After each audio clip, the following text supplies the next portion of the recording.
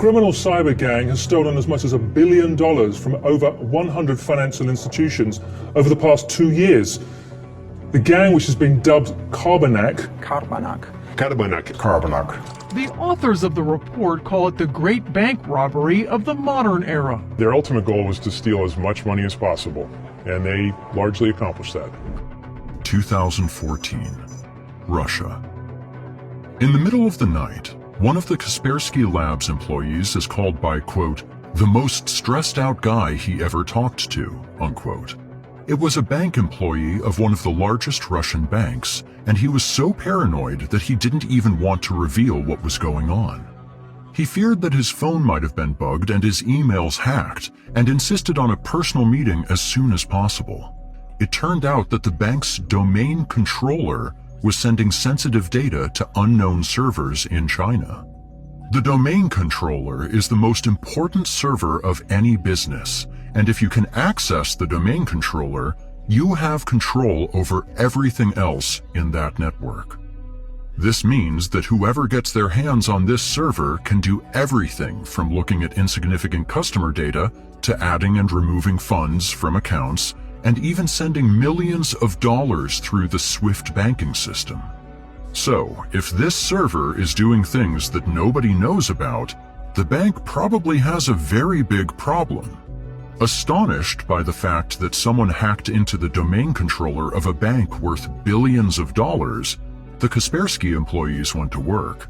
They analyzed every single network, phone, and computer connected to the internal banking network. At first, they didn't find anything suspicious. However, some of the computers had the screen-sharing software VNC installed on them, and upon questioning the bank about it, they found out that nobody ever installed it. One of Kaspersky's experts then thought that someone must be spying on the bank employees for some reason. To test his theory, he opened a blank Word document on one of the computers and wrote, "Hello." He then waited, and waited, and waited, until the computer suddenly began to type on its own. "Hello, you won't catch us," was the reply. The experts were now dead set on catching the mysterious hackers, and went on to try and find out just how on earth they managed to gain control over something as important as the domain controller. They discovered that a bank employee had received an email from someone who was claiming to be a legitimate customer. However, in reality, this email was completely fake. To make things even worse, this email had a malicious Word document attached to it. The hackers had infected the file with their malware, and once the bank's employee opened this document, the malware activated itself and installed a VNC backdoor on the computer. This is what is known as a phishing attack, or to be more specific, a spear phishing attack. In these types of attacks, hackers try to look as credible as possible by creating emails that mimic real people or businesses.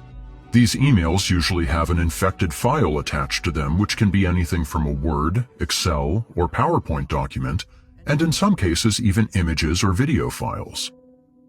Once they successfully infected a computer, the hackers could now remotely watch and control the machine.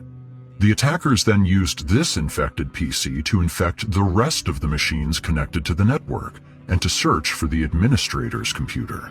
This is where the next phase of the attack begins. They would slow down the admin computer by running as many background programs as possible and hoping that one of the bank employees would eventually contact IT support to fix the PC. And this is exactly what happened. Once the IT support arrived, they entered the admin passwords and tried to fix the problems on the computer. However, unbeknownst to them, they didn't fix anything. Instead, they had just compromised the security of the entire bank.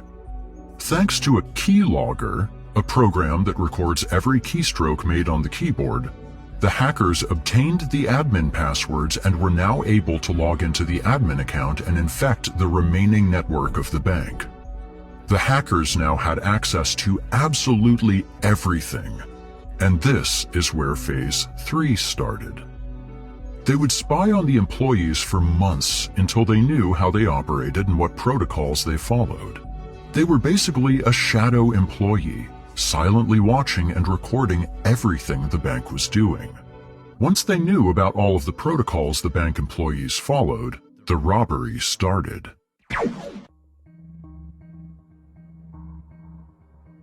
First of all, they would impersonate high-ranking banking employees and manually send massive amounts of money to their accounts via the international banking system known as SWIFT. Secondly, they used the bank's e-payment system to send money to their accounts, which then again sent the money to other accounts, located mostly in China and the US. These accounts were then emptied by the henchmen of the group, which are known as money mules. The next method was akin to the stuff of Hollywood movies. Because the hackers had access to the entire internal network of the bank, they were able to remotely control ATMs and make them spit out cash whenever they wanted. These ATMs were usually in remote places, and the money was once again collected by money mules. These methods were pretty amazing, but it was the last procedure that was the most interesting one. They would take accounts that had small amounts of money in them, inflate them, and then pocket the difference. However, this is where they messed up for the first time. They accidentally inflated the account of an elderly Russian man who only had 34 rubles in his account when he went to bed. The next morning, he had over 10 million rubles in the same account. Luckily for the hackers, the bank thought they had made a mistake and no investigation was started. Even though the experts knew exactly how the hackers infected the bank, they were not able to find any traces that would lead them to the stolen $9 million, and the case was eventually put on hold. A few weeks later, Eugene Kaspersky, the CEO of Kaspersky Labs, traveled to a cybersecurity conference in Singapore. There, he wanted to talk about his experience with the Carbanak hackers, and to his surprise, it turned out that this was not an isolated case. Europol, the European Union's law enforcement agency, had also registered a few of these attacks on European banks. The two then decided to team up with the banks that had been hit by Carbanak, different cybersecurity specialists, and a few experts from other intelligence agencies. The group then formed the Joint Cybercrime Action Task Force, also known as JCAT, and started to pour resources into hunting the mysterious Carbanak group. At first, they didn't find any clues about the hackers until one of the Kaspersky Labs employees found a tiny mistake in the Carbanak code. This mistake enabled the experts to send a request to the Carbanak command and control server. In basic terms, if they sent a very specific message to this server, they would receive a very specific answer. However, there was one problem. They had to send this request to the Carbanak command and control server and not any other server. But nobody knew the physical nor the digital address of this Carbanak server. This meant that the Kaspersky team had to literally scan the entire internet and send this request to every single server connected to the web, hoping that one of the servers would eventually answer them with the message they were looking for. After 2 days, they got exactly what they wanted. The Carbanak command and control server answered their request, and as a result of this, the experts were able to find it. The server was located in the country with the best IT infrastructure in Europe and the second best connected country in the world, the Netherlands. The Dutch police quickly managed to get their hands on the server and invited the experts to investigate it. The analysis of this command and control server then revealed the terrifying true scope of the Carbanak attacks. They weren't just targeting banks in Europe and Russia, but in almost every country in the world. From China, Bangladesh, India, and other Asian countries to Africa and even the USA. The U.S. is under cyber attack as federal officials warn that a likely Russian-based hack has penetrated deep into U.S. national security infrastructure. The breach is widespread and there are growing concerns tonight about what may come next. Without anyone noticing, the Carbanak group had been infiltrating hundreds of financial institutions and stolen over $700 million. After this incident, the investigation got a lot more serious. The JCAT task force began to cooperate with other intelligence agencies that were also searching for the same criminals. These included organizations such as the FBI, CIA, Romanian, Russian, and Moldovan intelligence agencies, and many more. As the experts got closer to the Carbanak group, they suddenly disappeared. The hackers went silent for a few months, only to return and commit the biggest mistake of their hacking careers.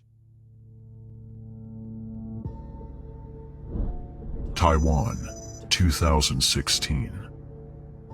The cybercrime group was back to business as usual, but two of the money mules were inexperienced and would cause a massive problem for the Carbanak group. While they were retrieving money from some hacked ATMs, an unsuspecting local Taiwanese resident approached the bank to also get some money.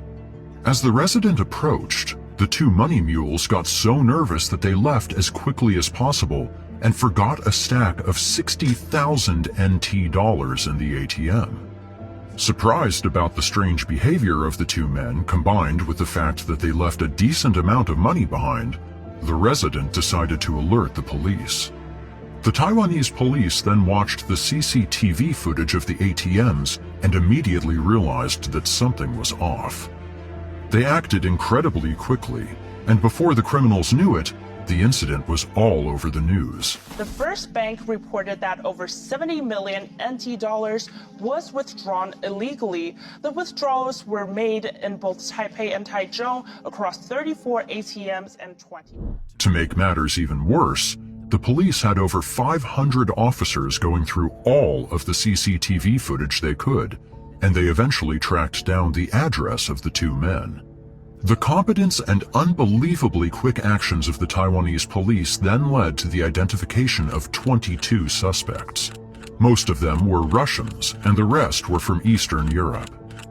The Carbanak group was now in big trouble, and even though 19 of the 22 suspects had already escaped Taiwan, 3 were still there, alone, in a country that was hunting them and with millions of dollars in cash. One of the remaining suspects was a Latvian man known as Andreas Pergudovs. He was the alleged leader of the operation, and after he saw his face on national TV, he quickly decided to cut his ties with the money. He went to a mountainous area near Donghu Park in Taipei, hid 2 bags full of cash, and proceeded to travel to the Yilan province. The other 2 remaining members of the gang were still in Taipei and decided to store their part of the stolen money in the luggage lockers at the Taipei train station. Only a few hours later, 2 men arrived from Eastern Europe, picked up the luggage, and calmly went back to their hotel. What they didn't know is that hundreds of police officers were watching them through the Taiwanese CCTV camera network. Once they arrived at the hotel and left their luggage in their room, they went to have brunch in the hotel's restaurant. This is where the police finally took action and arrested the 2 men. In a perfectly coordinated operation, the police also captured Andreas Pergudovs on the same day.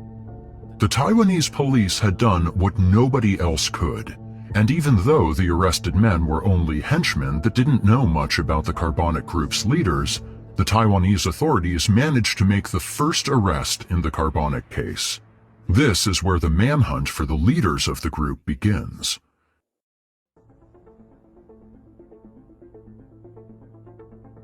Spain, 2018. Spanish authorities were investigating a criminal organization that was laundering money in Spain. With the help of Interpol, an international law enforcement agency, the Spanish police were able to find out who was delivering the money that was being laundered and who their clients were. Through sheer coincidence, they discovered that one of the clients of the money laundering criminals was a Ukrainian computer specialist known as Dennis K. After thoroughly investigating this man, it was revealed that he had links to the Russian and Moldovan mafia, and that he had coordinated several cyber attacks for them. They had been cooperating since 2013, and while the mafia provided Dennis K with the money mules, he would pay a hefty 40% of all of his profits to these Eastern European criminal organizations. Dennis K. and 3 other members of the group were finally arrested in the port city of Alicante in 2018, and upon raiding their property, police found boxes full of jewelry, 2 BMWs, and 15,000 bitcoins, which, at the time, were worth about $150 million US dollars. The rest of the $1 billion US dollars was never found, and even though Dennis K. was supposedly the leader of the group, Kaspersky Labs believed that there are many more people involved in this. Either way, the group is still active today and still stealing millions every year, operating under different names, such as Fin7, Joker Stash, Cobalt Spider, and many more. If you enjoy this video, please leave a like and subscribe. Also, let us know what you think about the Carbanak Group.